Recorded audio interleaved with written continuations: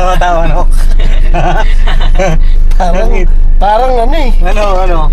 Ay, Parang ito. ano, boss. Ano? Yes po mga papi, pagwalang araw. Ayun. Oy!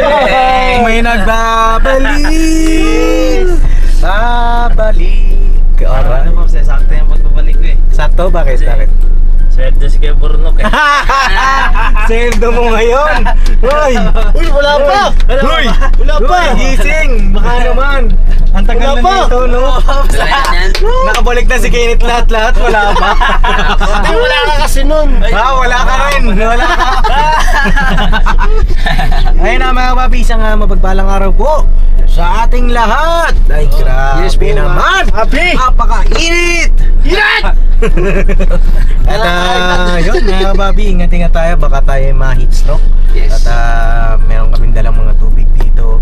At pag naubos yung tubig namin, magbubuko kami. May mga manadadaanan kami dyan. Kaya po, ingat kayo mga papi. Nasa mampanig kayo ng mundo. Alright? Kaya na mga papi, dun po sa mga bago sa aking channel ay pakiclick nyo na po yung ating subscribe button po dyan. Yes. Ayan, at patuloy na suporta ng minamahal na Ka-Business Official, Mrs. KB Official, Papa Dins TV, Ka-Business Family, at syempre lahat ng mga kagwa. Alright. Ayun na for today's vlog, mga kapapi, punta natin si Ate Kayla. Kasi nga po, mustahin natin siya at nag-usap din kami ni Doc Vincent kung paanong gagawin dito kay Ate Kayla. Sana mapasama natin ngayong araw. No? Ito na. Sama yan. Ito na. Oo, andito. Ito na, ako na to. Ay, ikaw na yan? Ako na to. Oo, sige. Game na. Sige, dito natin masusubukan si Amaro ulit. Binata na eh. Binata na. Hulihin na eh. Ay, hindi pa ba ito dyan, boss? Ha? Pas. Anong pas? Akala mo naman trip ka ni Kayla. Akala mo talaga. Ano? Ay, tsaka. Sus! Sus, Amaro. Kala mo naman kaya. Akala mo talaga. Ate mo na yun eh. Nanay mo na nga yun eh. Hindi mga kapapi, kasi si Amaro nung nakaraan. Ano siya, mga kapapi, siya yung nakapagpasama kay Ate Kayla. Ah, grabe. Ang init naman dito. Napakainit! Ay. Bakit na iinit? Yan pa rin natin yung mga kalakay. Ano? Pero hindi siya gabundok. Hindi nagabundok. Nasa gano'n sa taas. Ay, sorry. Ano natin? Ay!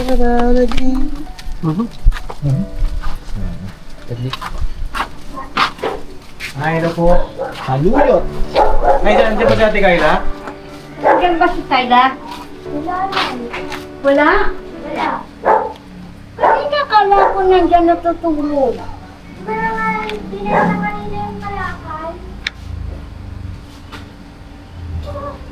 Kasi akala ko kanina nandiyan. Hindi ko alam na lumabas. Ah, Banay? Pasok kami na, okay lang? Dito pa pala yung mga kalakal niya. Ay, nakakita sa ulo yan. Ayaw talaga isin. Pero nabuwasan naman ako. Hindi, mga nangalakal siya, yung kinalakal niya, yun ang ibebenta niya, yan hindi nagagalaw. Meron na o, sinambak sa ulo. Baka nandiyan sa ilalim. Kanina kala ko hindi lumabas, kasi alam ko na tutulog. Wala lang kayo tinda na eh. Pinahinto muna ng anak kong si Cory. Opo, bakit? Saka na lang daw pagka ano, Bakit? Ano po nangyari? Ay, sorry. basta pinahinto lang yun. Wala kasi bakasyon nga naman ng tao rito. Hindi gaya ng matao. Sa isang buwan ka na ano trabaho sabi niya. Paano yung una pala si Ate Kayla kasi sasama sana namin siya. Mamasyal sana kami. Kanina kasi nandito, hindi ko naman alam na umalis. Alam ko talaga nandini natutulog. Eh nakita pala nila lumabas. Mga anong oras po lumabas? Hindi ko alam eh. Kasi nandun naman sa loob eh. Pero kanina talaga nakita ko nakaupo dyan. Anong oras lumabas Ate ano? Isod ka. Ang oras ba umalis si Taina?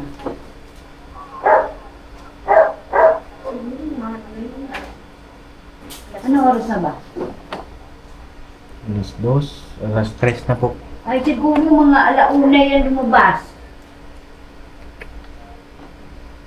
Ang init-init eh.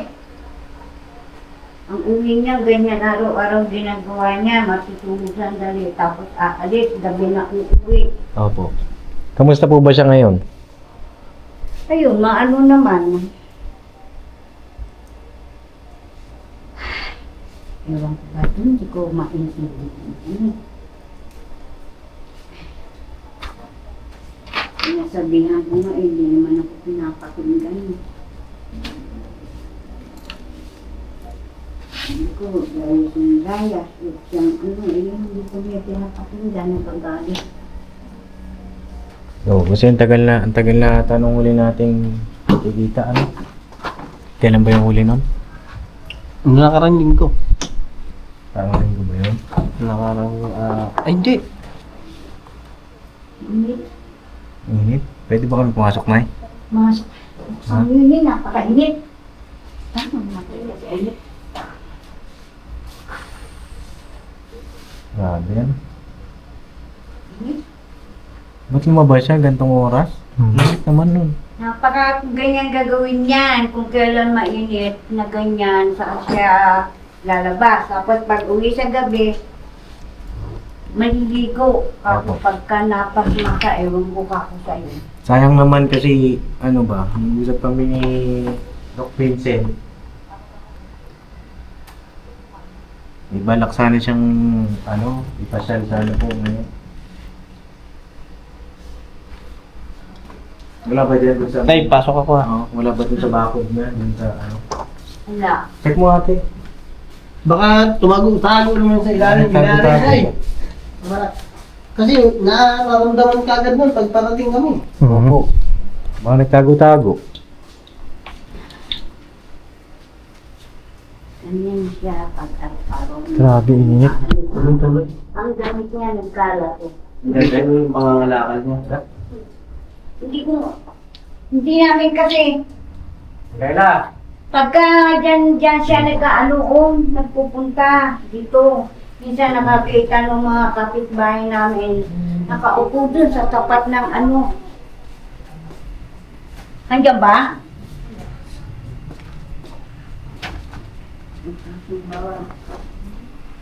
Sayang naman. Ganun ginagawa niyan. Sa Tigayla. Wala, mga papi. Sa Tigayla, sayang. Kung kami na okay lang? Oh. Paano bang natin na kasi sayang naman. Tagal kong bumilo ba na Kasi tinatanong ng mga kapatid yan. Sabi, ano ba na si Tyla, mahigit na 1 taon na, hindi ba gumagaling? Kako, binibili yan nila ng gamot, tapos dinadala kay Dot Vincent. Eh, ang kaso, ang diferensya, ang gamot hindi niya iinumin. Kukunin niya, tapos tatago niya, kaya itatapon. Paano ka ako siya gagaling pag ganun ka ako ginagawa niya? Isasama ko nga ho sana ngayon doon para maturukan. Wala naman pala ngayon. Kahapon din wala siya gabi na dumating. Paghapon talaga, mga alauna, pagtapos kumain ng tanghali, papahinga sandali, pagtapos aalis na naman. Oh. Uuwi siya gabi na. Ano sa tingin niyo? Ano ba sa tingin mo na Ha? Kaya ko ba natin hanapin itong araw nito, madala natin ito. Hanapin natin. Saan kaya namin siya hanapin na Minsan dyan sa hindi namin minsan nalalaman kung saan nagtutungo yan eh. Sabi niya ba sa ilog doon siya naglalagay. Sa ilog. Ay, hindi na yung pumupunta sa ilog. Kasi meron ng yung harang eh. May bakod na po. Paano ba nalaman na Ay, kasi minsan nung si Sally sa amin ng kawayan. Eh, kamag-anak ko yung may-ari ng kawayan, marami. Sabi ko, naku, saging, Huwag ka nang kumuha kasi yung nakabakod na yung ano na yun. Tila may bibili na ng lupa. Ah. Yung daanan niya po doon. At saka binigbawal. Hindi bali kung akong hihingi, bibigyan ako kaso iba ang humihingi, baka malaman. Napagalitan ako. Opo. Grabe init dito, no, Nay? Parang nasa pugon. Hingin. Sobra init Wala kasing kisame. Oo. Pakita mo ulit. Walang Sino? kisame. Grabe. Grabe. Pag naman umuulan, ang lamig-lamig naman. Oo. Grabe mga kapabi yung init. Ano po ba sabi ng may-ari? Di ba sabi papakisin kisame yan dito? Inaano namin kung kanya lang. Ang inaano nila, baka naisabi niya, magbago kayo, lumipat na naman kayo, kanya huwag nyo na sabi nalagyan ng kisame.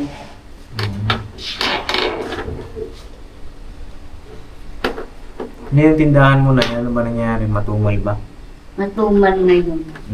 Kasi minsan nauulam namin, pag wala kaming ulam, inaan na namin. Kasi di ba dati, nagbigay ako din ng puhunan, tapos tinagdagan ni Ate Cory. Di ba? Bali, ang mangyayari... Sira yung ventilator na yan eh. Ah, sira? Oo. Sira Bali, ang mangyayari po, Nay, si Ate Cory na lang ang magbibigay sa inyo nun sa susunod. Siya ang nag-aano sa amin. Ngayon na lang niya pinahinto kasi naibakasyon. Wala mga tao dito, mga nagpunta sa mga kamag-anak, mga ano. Hindi, palagay ko bumalik na yun, Nay, kasi tapos na ang Holy Week eh. Diba? Hindi, yung mga bata na Ay, mga nag-aaral. Opo. Kailan po pasokan nila, sa June. June na. sa June na. Paano sa tingin, Ate Criselda dito kung makakuha dito? Dito ka? Hindi, kwentuhan tayo. Parang Si Ate Carla, sinabi po niyo sa amin na si Ate Criselda pala ay pinasok dati sa mental. Oo. Gano'n ka katagal doon, te? Kano patagal dun. Di mo maalala na. Tatlong buwan lang. 3 buwan lang. Mabilis lang. Kasi yung kanya siya nagkaroon ng ganun, nung mamatay yung tatay niya. Lagi raw siyang hinihipo, para daw kinakausap siya. Parang nawala siya sa sarili niya. Pero nung dinala ko yan, talagang walang-wala sa sarili niya. Tumatakbo dyan, nangabol namin, nahanap namin. Nandoon sa parada, sa pansyon ng tatay niya, nakaupo sa magdamag siya nagbabantay. Oo. Nagkaroon siya ng rin. Nagkaroon siya ng sa ng tatay niya. Kaya papi si Ate Criselda. Ibig sabihin na pinasok niyo siya doon, hindi siya makausap ng maayos. Hindi, wala. Kasi kung si Ate Carla papasok natin, di tatanggapin. Hindi kasi Dami ko na rin pong mga kapapi nakausap na mga kawani na kapag ipapasok mo doon ay nakakausap, nakakapagsulat ng maayos, hindi talaga nila tatanggapin. Galing rin ni Ate Carla sumagot, Pops. Magaling yun sumagot no? Ano ba sa tingin mo kay Ate Carla? Meron ba talaga siyang sira sa pasintabi na yan, no? Para sa tingin nyo, kasi kayo po ang nakakasama, kasi magaling siya sumagot. Magaling siya, alam niya yung ginagawa niya. Hindi ko siya minsan maintindihan. Kasi alam niya lahat ang ginagawa niya eh. Pag pinagsabihan ko siya, gagawin niya. Pag yun nalaman niyang galit na ako, sa kanya lang yan gagawin. Gaya niyan. Pag nagalit ako, kukunin yung ibang karton, ibebenta. Minsan, gaya niyan, wala kaming ulo. At Tayla, magbenta ka naman kako ng kalakal mo para may ulam tayo. Ang sagot-sagot sa amin, binibigyan naman kayo ni Cory. Wala nga kako, di pagdating ng pera ni Cory, di pagka naman kako dumarating ng pera ni Cory, lahat tayo sabay-sabay kumakain. Hindi kami papakinggan. Ang gagawin yan, magbebenta kakain dun sa kanto. Gabi na uuwi. Ganun ang ugali niya. O baka mamaya ginusto na lang niya yan na gano'n. No?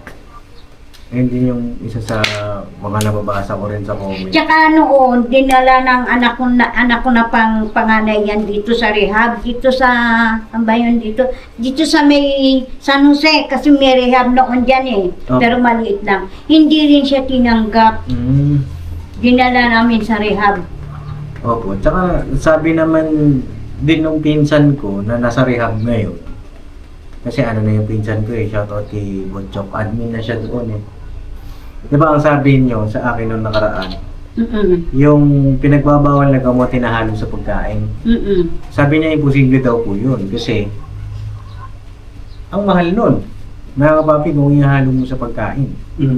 Ano yun eh, Palagay ko hindi po ipinagbabawal na gamot ang hinahalo. parang pulubos siya. Tapos, kanya lang niya nalaman na sinabi niya dun sa atin niya, meron daw siya nakain parang bato na matigas.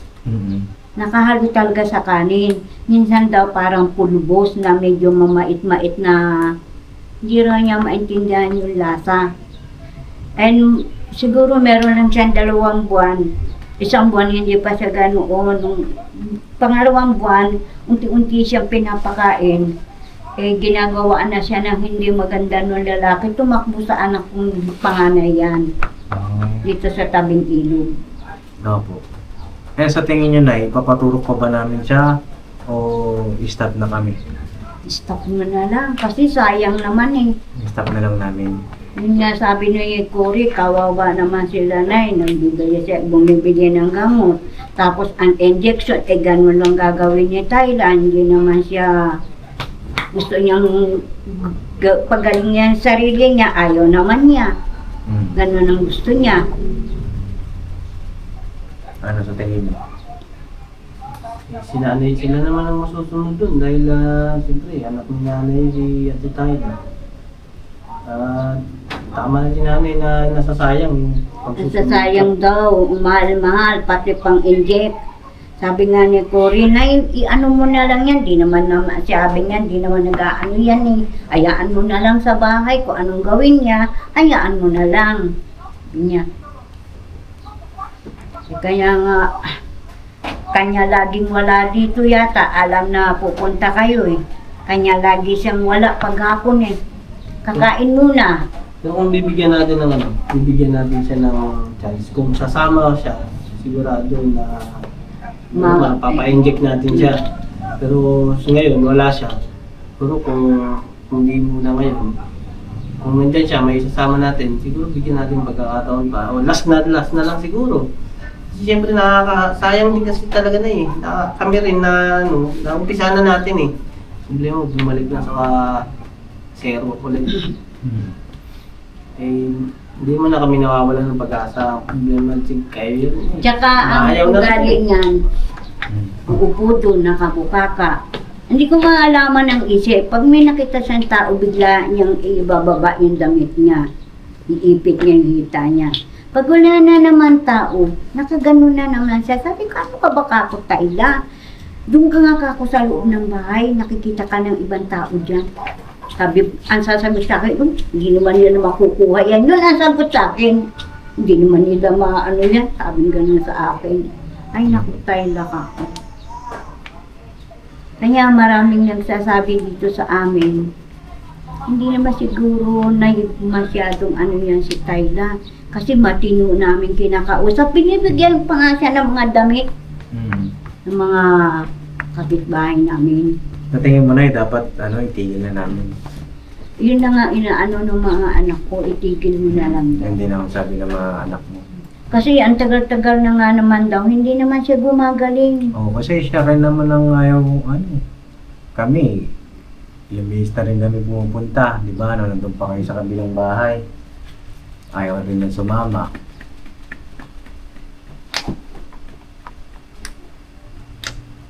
Ang tagal na rin. Tagal na, mahigit na 1 taon na eh. May isang taon na rin na kapapi yung... Kuya na gusto niyang gumaling sa sarili niya. Sobra-sobra na yung pagpapagaling sa kanya. Inabot na ng 1 taon eh. Kung siya hindi niya inaano yung gamot, nag-aano sa sarili niya. Baka matagal na rin magaling siya. Opo, kanya nga lang. Siya rin yung ayaw tulungan yung sarili Ayaw niya. tulungan sarili niya talaga. Mm. Minsan napunta rito yung ate niya, o kamusta na si Tyla? Ay naku, tama-tama pagdating niya, andyan si Tyla, sabi, ikaw hindi ka nakikinig, siya nagpapagamot sa'yo, kawawa na may nagpapagamot sa'yo. Binibigyan ka ng gamot, libre inject, libre pa ang ano mo sa'yo. Hindi mo inaano ang sarili mo. Ikaw, Ate Criselda, anong masasabi mo? Titigil naman namin o ano ba? Gusto kong marinig yung opinion mo po. Kasi yun yung ginagawa niyo. Sa kanya. Hindi naman yung inaano sa inyo. Tigil na lang namin.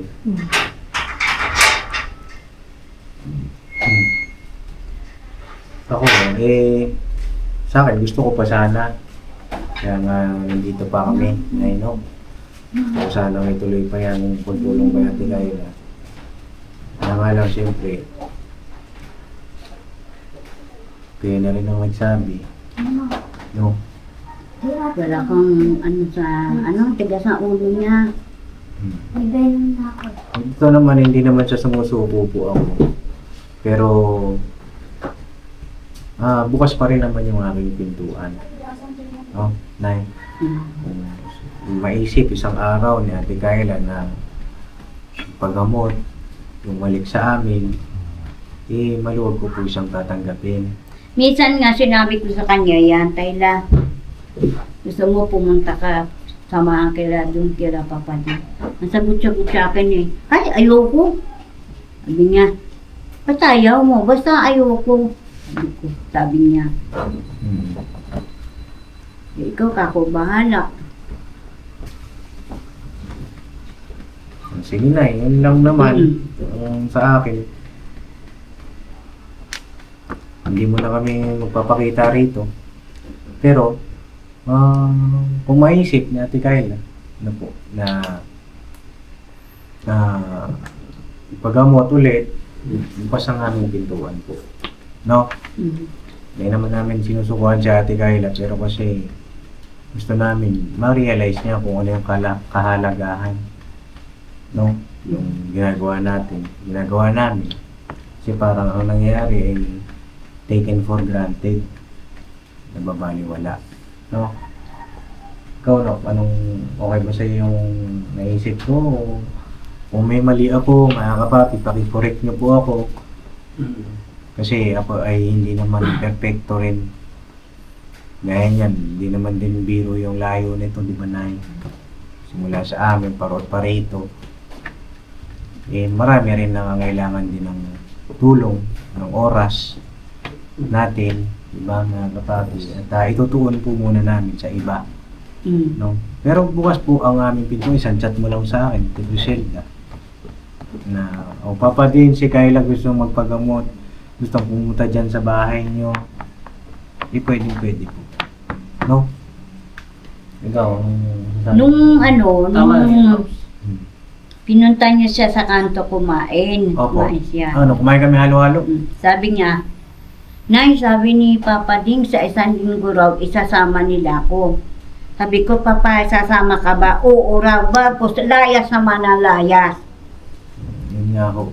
Kumbaga wala kaming mapanghawakan din na paiba-iba ba ang isip niya.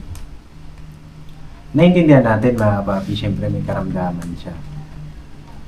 Pero kasi, normal mo naman siya makakausap, nakakapag-joke pa nga di ba? Saka alam niya pag galit na ako, tumatahimik siya dyan. Ako, alam niya. Alam niya pag Siguro galit may na konting-konti, mga kapapi. Pero sana yung konting-konti na yun. Alam mo yun makokontrol mo kasi sa sarili na yun. At may choice naman tayo di ba? Siguro yun ang choice niya ngayon. No? Choice niya yan. Darating si Papa din, sa alis ako. Hindi ako sasama sa kanila, sa susunod na lang ulit. At pag ulit-ulit, ganun ang ganun. May gamot na bibilhin, pero hindi inumin, itatago. Patuturukan mo, ayaw rin niya. Bibilihan mo ng mga bagong damit, ng cellphone. Wala rin. Binigay niyo pambili ng ano sa kanya, hindi niya binili. Yung charger? Hindi siya bumili. Tapos bibigyan mo siya ng pangkabuhayan, bibigyan mo puhunan. Ayaw rin niya. Ayaw. Papi. At siguro hanggang dito na lang po muna ako. Papi. Hindi ako nagpapaalam na hindi ko natutulungan sa Ate Kayla. Ay, minsan kinakausap ko nga eh. Nung ano sabi ko, kung matarito si Papa, din wala ka, hinahanap ka. Saan ka ba kako? Na ano na hanapin ka niya. Eh, kung makita mo sila, ipagtaguan mo na naman. Di siya kumikibo nun. Ba't kako ayaw mo sumama? Papagamot ka, ayaw mo. Ikaw, ano masasabi mo kayo? Siguro, gano'n na lang, Paps. Tama naman siguro yung sinabi mo na hindi muna tayo pumunta. So, kung ano na lang, mag-message na lang si Ate Criselda sa'yo na, ayun, gusto, kung sakali gustuin man ni Ate Kayla na pumunta doon, i-message mo lang kagad. Bukas pa rin ang aking pintuan. Pero Nay, huwag pa rin kayo titigil Oo. sa pag-ano sa kanya. Kasi kayo po ang kasama niya palagi. Diba? Yun lang naman, ikaw Ate Criselda, okay ba yun sa'yo? Ha? Bakit?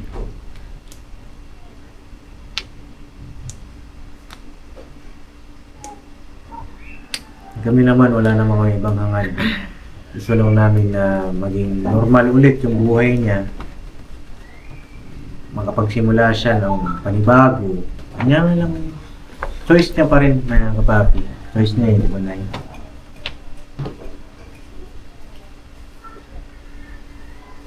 May bigas kayo dyan, Nay? Wala. Bagay, malapit na naman dumating yung anak ko eh. Malapit naman siyang magbigay eh.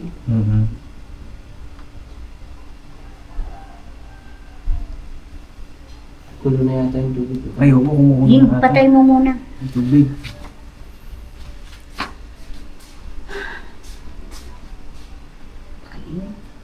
Sa'yo lang muna siguro na hanggang dito po muna ako para ma-realize din ni Ate Kayla yung mga dapat niyang ma-realize.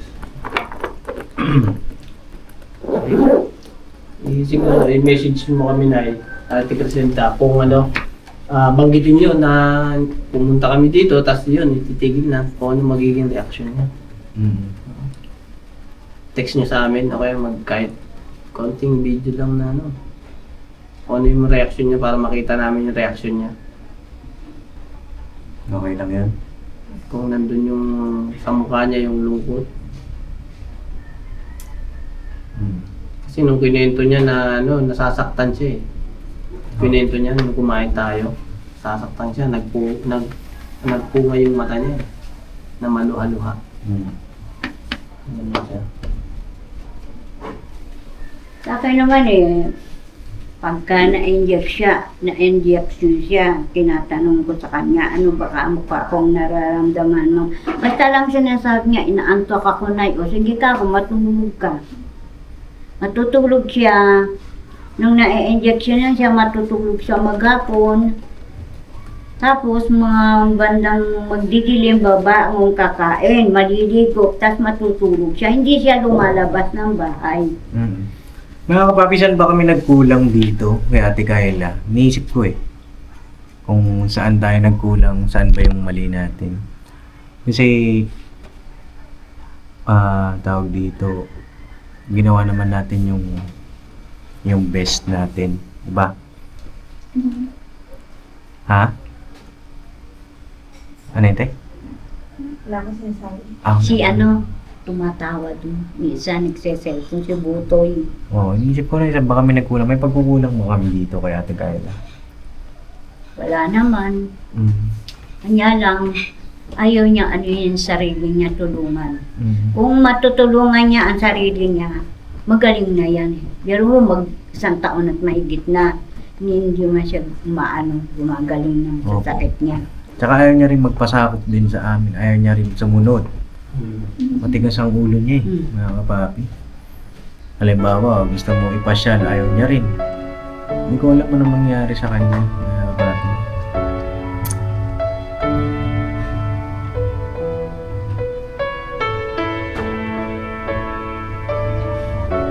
Parang sinasadya niya kasi yung mga pangyayari natin.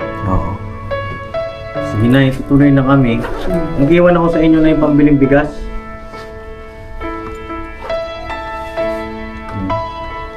Ayun. Ayun ng bigas, ha?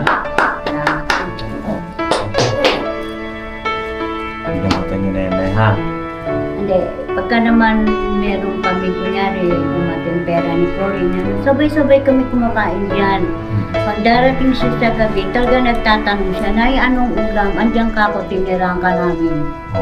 Kumain ka ako dyan. Ako, shoutout din kay Ate Cory. Si Ate Cory po ay isang OFW, kapatid ni Ate Kayla. Salamat din po sa... At saka sinasabi ko naman sa mga anak ko, pag tumetex, yan ka ako inaabutan ni Papa Ding ng pera, yan kahit magkano. Alam mo kung saan lang tumutungo yan, kakain ka ako sa labas yan. Tapos gabi na ka ako dumating. Minsan pumunta rito, hinihintay siya, wala siya. Baka ko, alam niya na darating kayo, kanya si ganun umaalis kasi alam niya na darating nga kayo nito linggo to. Kanya kailangan sa umaga, titempuhan siya na hindi siya aalis. So yun lang mga kapapi, na, tutuloy na po kami. No? Oo, tuloy na kami, Ate Criselda. Salamat, Nay. Salamat, Nay, ha? Uy, Te, okay ka lang? Okay lang. Tulala ka ata eh. Hindi. Hindi naman. Eh yan, 3 buwan lang yan. Naigi na. Hindi ko na siya binili ng gamot nung inilabas namin yan. Umigi na siya. Kasi siya laging inom ng gamot. Oo. Nag-iwan dito si doktor. Yan, naiinom na ako na ng gamot. Itong isa hindi. O, sige, Nay. Tuloy na po kami. At pasabi na lang Ate Kayla, no? Salamat. Salamat din po. At yun nga mga kapapi, wala eh. At pinusap ko rin si Doc Vincent kung po pwede na dito turukan si Ate Kayla, kung pwedeng pumunta po si Doc Vincent dito, punta kami rito, samahan namin. Kaya nga lang, ang sabi po sa akin ni Doc ay doon daw po siya talaga ginagawa yung pagturo. Kanya nga lang, ngayon mga kapapi, wala naman si Ate Kayla. Siguro nga po, tama rin kayo mga kapapi at makikinig po ako sa mga comment ninyo na ituon natin sa iba yung ating pagtulong. Pero mga kapapi, hindi ko po isinasara yung aking pintuan para sa pagtulong din dito kay Ate Kayla. Sa ngayon ay tutuon natin, focus tayo sa iba nating mga beneficiary. Antayin natin kung ano yung mga susunod na mangyayari pa, pero matagal pa ito mga kapapi. Antayin natin ma-realize ni Ate Kayla kung kasi sa sarili niya dapat mismo magmula, di ba? Yung tulong sa kanya, sarili mo mismo kasi talaga ang dapat pangunahin. Tulungan mo yung sarili mo, hindi ibang tao, di ba? So yun lang mga kapapi, salamat din po sa inyong suporta, pagmamahal. God bless po sa ating mga kapapi. Paatan tayo. Tuloy-tuloy tayo sa ating mga pag-mission. Alright. Never say goodbye. Tomorrow is another day. Tomorrow is another day. Hiramanan.